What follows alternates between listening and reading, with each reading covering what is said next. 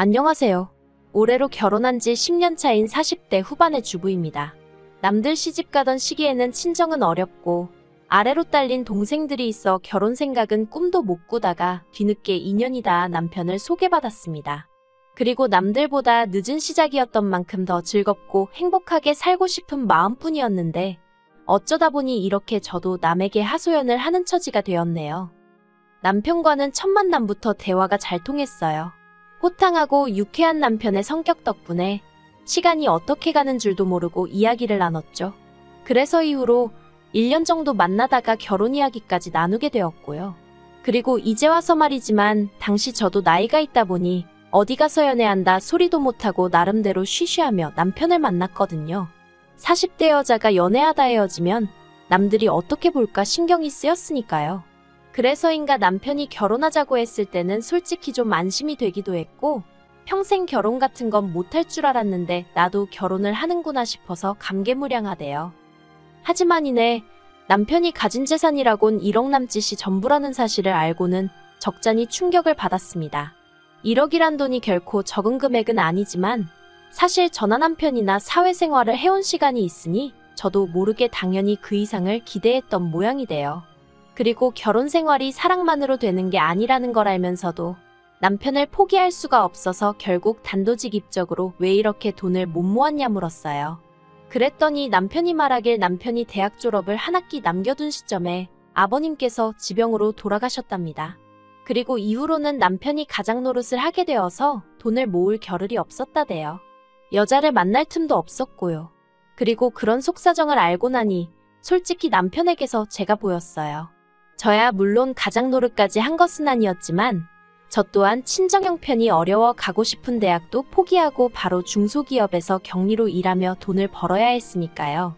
그리고 그 돈을 모아서 제 아래로 있는 두 동생의 대학 등록금을 댔습니다. 그리고 저는 31란 늦은 나이에 비로소 대학에 진학할 수 있었죠.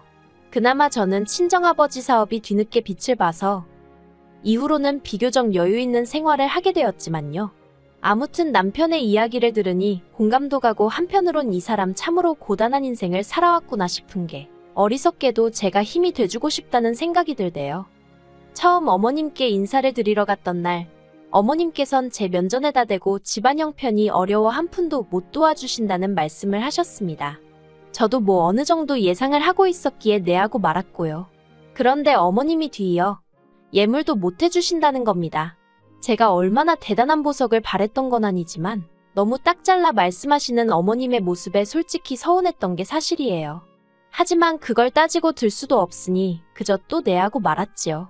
아무튼 좋은 소리는 하나도 못 듣고 왔던 기억만 나네요.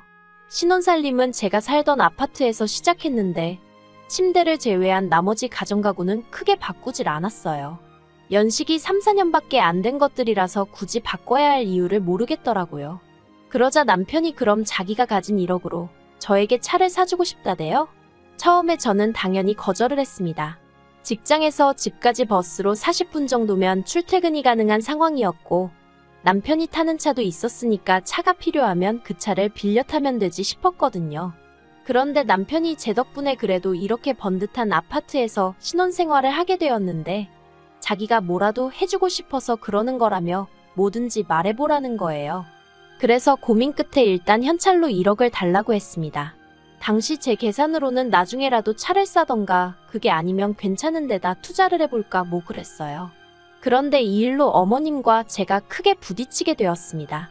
어머님께서 다른 집 자식들은 시집장가 갈 때 부모한테 키워준 거 감사하다고 목돈을 딱 주고 간다는데 어떻게 너네는 입을 싹 닦을 수 있냐며 크게 화를 내셨거든요.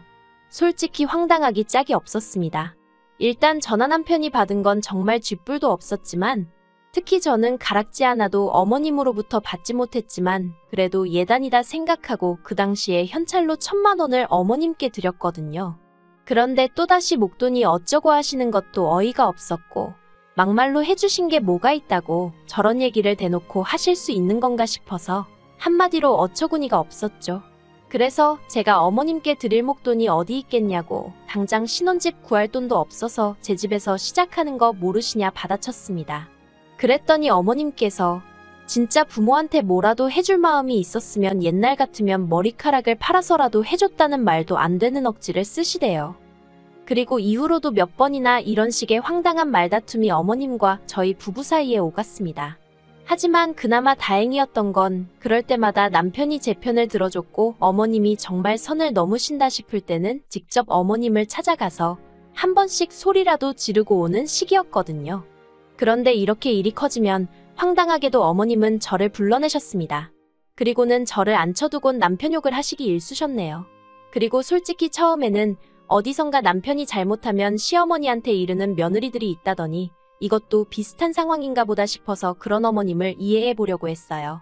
그런데 시간이 흐를수록 정말 남편이 어머님이 배 아파 낳은 자식이 맞나 싶을 정도로 험담을 넘어서 아예 악담을 하시더라고요. 살면서 듣도 못한 쌍욕을 섞어가시면서 말이에요. 물론 제가 어린 나이도 아니고 그러니 욕 한마디에 화들짝 놀라고 그런 것은 아니었지만 그래도 어머님과 비슷한 연배이셨던 저희 친정부모님은 한 번도 제 앞에서 그런 상스러운 욕을 하신 적이 없으셨기에 충격이 무척이나 컸던 게 사실입니다. 그리고 아무리 어머님 아들이라고 해도 저에게는 하나뿐인 제가 믿고 사는 남편인데 그렇게 깔아뭉개시니 듣기 좋을 리가 없었죠.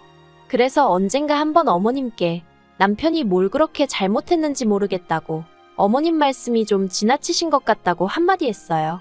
그랬더니 너도 그 자식이랑 똑같은 족속이구나 하시고는 전화를 탁 끊어버리시대요.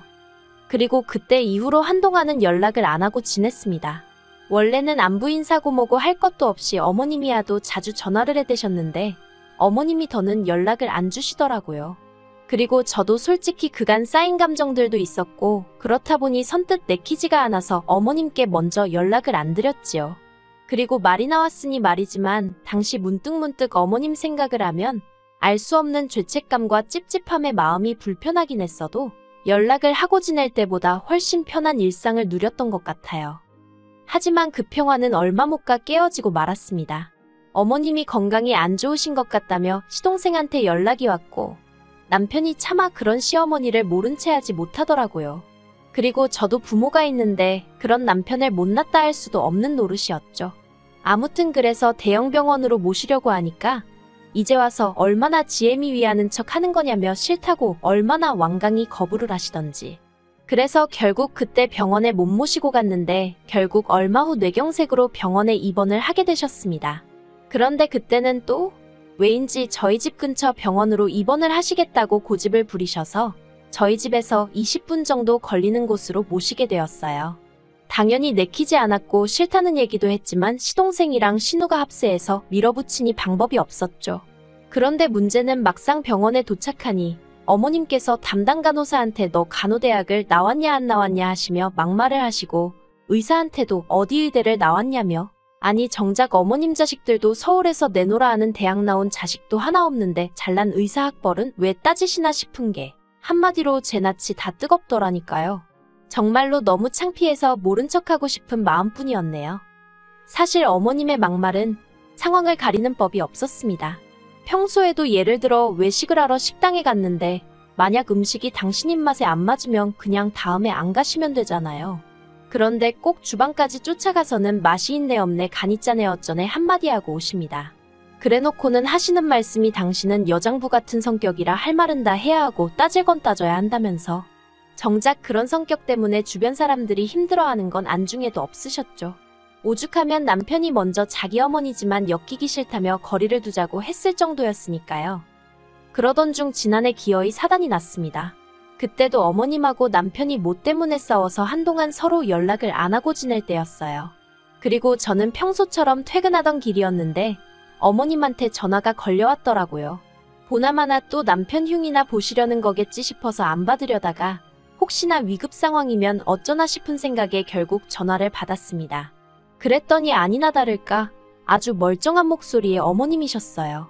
그리고는 떼지난 칠순 이야기를 하시면서 당신 칠순 때 왜 잔치를 안 해줬냐며 서운하다 섭섭하다 하시더니 저더러 저는 자식이 없어서 당신 속을 모른다며 막말을 하시더라고요. 전화 남편이나 늦은 결혼이었지만 그래도 혹시나 아이 하나는 가질 수 있지 않을까 하는 희망의 별의별 짓을 다 하다가 결국 안 된다는 걸 인정하고 간신히 마음을 추스리던 시기였는데 말이죠.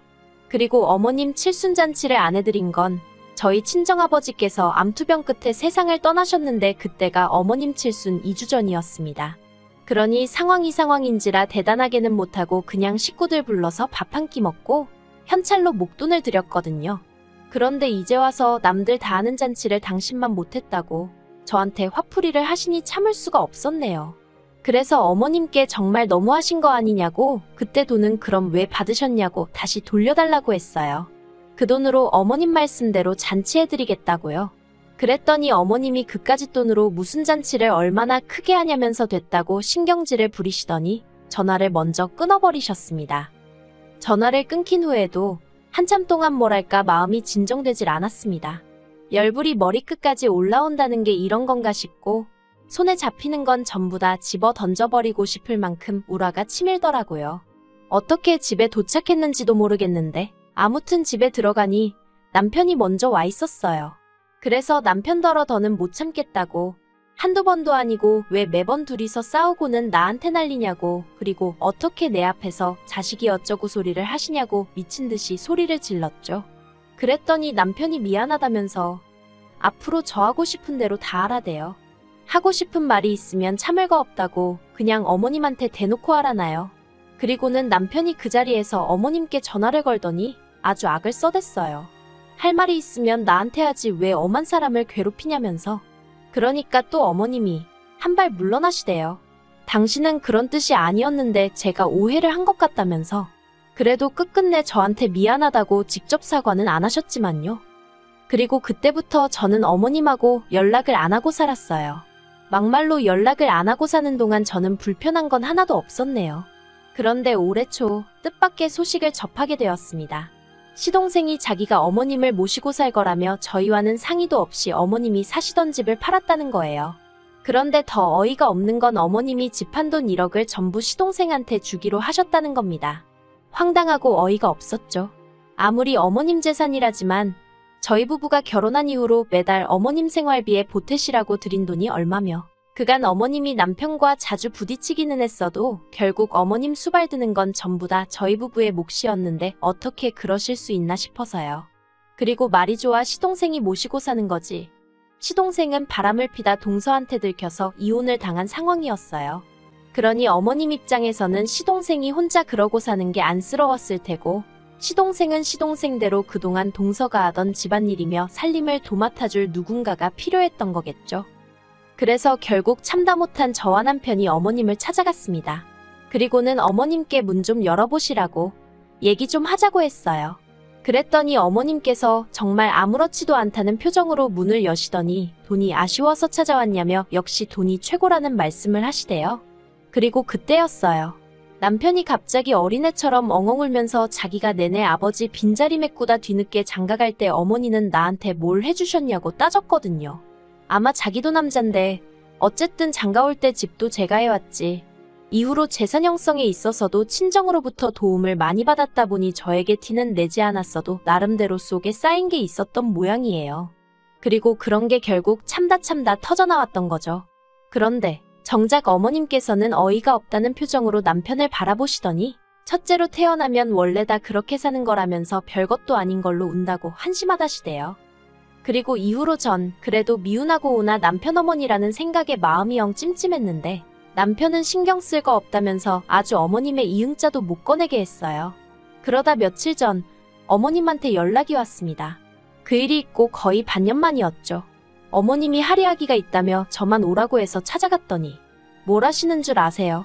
저더러 돈 좀 해달랍니다. 시동생이 새장가를 가겠다고 드는데 해줄 돈이 없대요. 어이도 없고 한편으론 그때 그 1억은 어디로 갔나 싶어서 어머님 집 한 돈 있잖아요 하니까 그건 벌써 주식인지 뭔지에 다 썼다고 그런다고. 황당해서 돈이 어딨냐고 했습니다.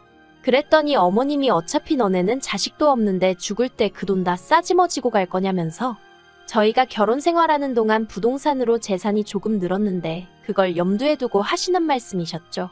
너무 짜증도 나고 아무리 저보다 어른이라지만 뻔뻔한 태도에 정말 진저리가 나더라고요.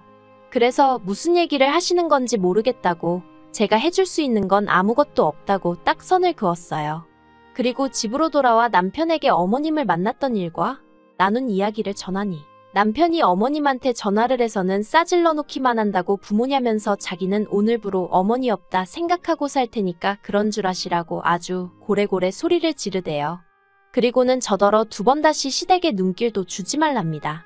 그랬다간 저하고도 안 보고 살 거라나요.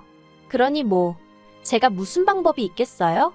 부모 자식 간의 일이니 언젠간 풀어질 수도 있고 그냥 시간에 맡겨볼 생각입니다. 딱히 나서고 싶지는 않네요.